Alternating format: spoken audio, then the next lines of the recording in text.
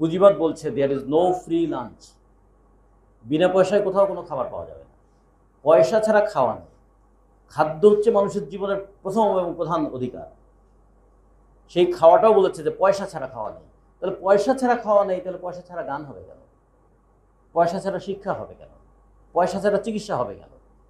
পয়সা ছাড়া জীবনের বিকাশের জায়গাগুলো হবে কেন? তাহলে এই যে একটা পুঁজির অধীন করে ফেললো, এর কি একটা মনস্তত্ত্ব নাই?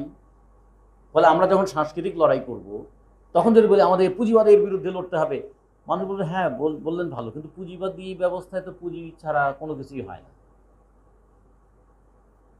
তাহলে মানুষের মধ্যে তো প্রথমে এই যুক্তিটা নিয়ে আসতে হবে। কোন যুক্তিটা? যে যা ভালো তার অধিকার থেকে মানুষকে আমি বঞ্চিত করতে পারি না, যা খারাপ তার হাত থেকে মানুষকে আমি রক্ষা করতে পারি কিনা। ভালোর অধিকার থেকে যেমন মানুষকে বঞ্চিত করব না, খারাপের আক্রমণ থেকেও মানুষকে আমাদের রক্ষা করতে হবে। তাহলে ভালো এবং খারাপ এটা নির্ধারিত হবে কিভাবে? যা সকল মানুষকে মর্যাদা দেয় তা যেমন ভালো, যা মানুষকে মর্যাদাহীন করে তা খারাপ। গালি দেওয়া খারাপ, কাউকে সম্মান দেখানোটা ভালো।